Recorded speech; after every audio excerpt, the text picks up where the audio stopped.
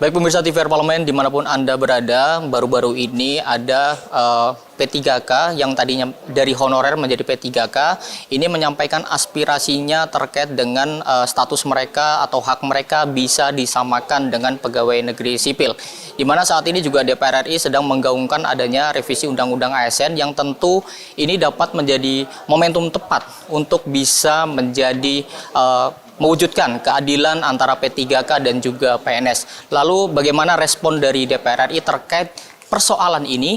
Sudah bersama saya pemirsa wakil anggota Komisi 2 DPR RI Bapak Ahmad Doli Kurnia Tanjung dari fraksi Golkar. Pak, ini ada aspirasi dari para P3K nih Pak terkait dengan bisa disetarakan menjadi PNS. Kemudian DPR juga sedang akan menggodok revisi Undang-Undang ASN. Bapak melihatnya seperti apa? Ya, pertama saya mau menyampaikan bahwa sebetulnya revisi Undang-Undang ASN itu tadinya menurut saya tidak perlu ya, karena kan kita baru menyelesaikan ya. Itu menjadi Undang-Undang Nomor 20 Tahun 2023 dan saya waktu itu sebagai Ketua Komisi 2 yang memimpin langsung itu 3 tahun loh kita selesaikan waktu itu undang-undang itu. Jadi undang-undang itu relatif cukup baru dan waktu itu sudah mengakomodir semua hal yang krusial. Nah, yang kedua, sekarang itu memang berhembus adanya revisi undang-undang tentang ASN itu ketika Mahkamah Konstitusi kemarin memutuskan lagi ada orang yang mengajukan judicial review lagi ya.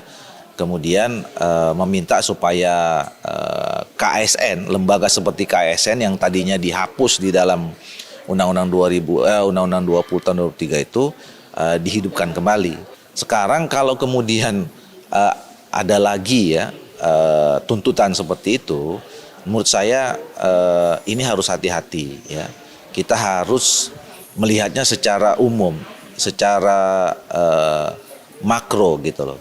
Pertama apa yang saya sebut sebagai umum dan makro itu, bahwa kita memang meminta kepada pemerintah untuk melakukan penataan ya, konsolidasi dan penataan serta peningkatan kualitas dari birokrasi kita. Salah satunya adalah penataan dan peningkatan kualitas dari ASN kita gitu loh. Nah, tentu kita berharap ASN kita baik PNS maupun P3K itu adalah bagian dari bagaimana meningkatkan pelayanan publik. Jadi artinya kualitas dari ASN kita itu baik PNS maupun P3K itu juga harus terjamin.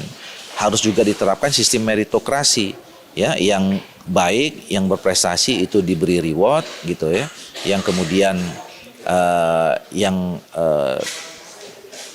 tidak perform, tidak baik kinerjanya gitu atau punya masalah ya tentu harus ada punishment-nya gitu.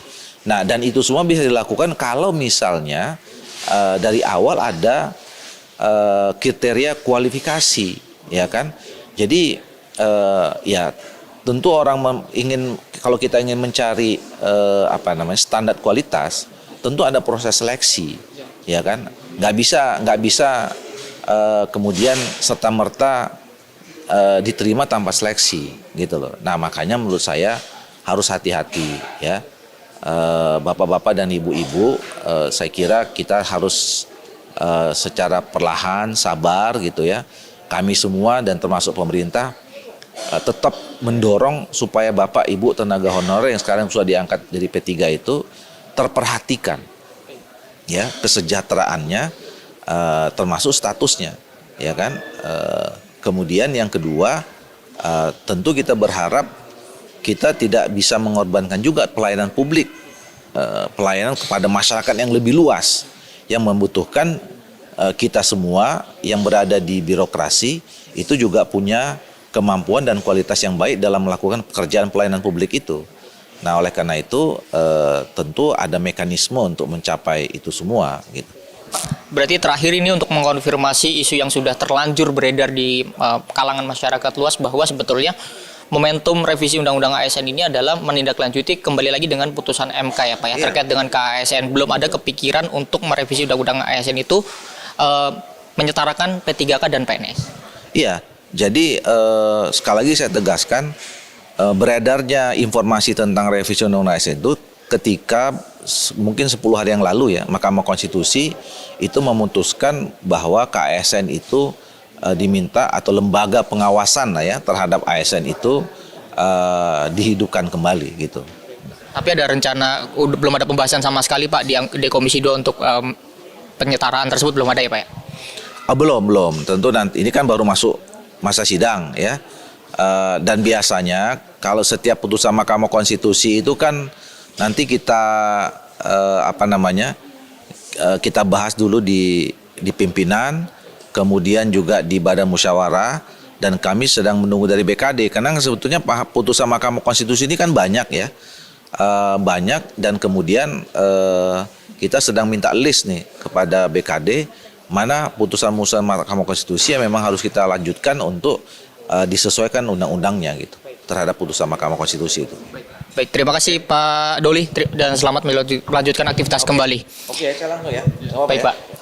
Dan pemirsa TVR Parlemen, itulah wawancara saya dengan salah satu anggota Komisi 2 DPR RI, Bapak Ahmad Doli, di mana tadi cukup mengonfirmasi informasi yang beredar di luar sana bahwa terkait dengan momentum revisi Undang-Undang ASN yang sedang digaungkan oleh DPR RI ini masih sebatas terkait dengan menindaklanjuti dari putusan Mahkamah Konstitusi terkait dengan KASN, dan juga tapi tadi Pak Ahmad Doli memaparkan kembali bahwa masih bisa membuka peluang terkait dengan kemungkinan untuk pembahasan terkait dengan penyetaraan antara P3K dan juga PNS. Pemirsa, sementara itu yang dapat saya laporkan. Saya Alfat Rizky, kembali ke studio.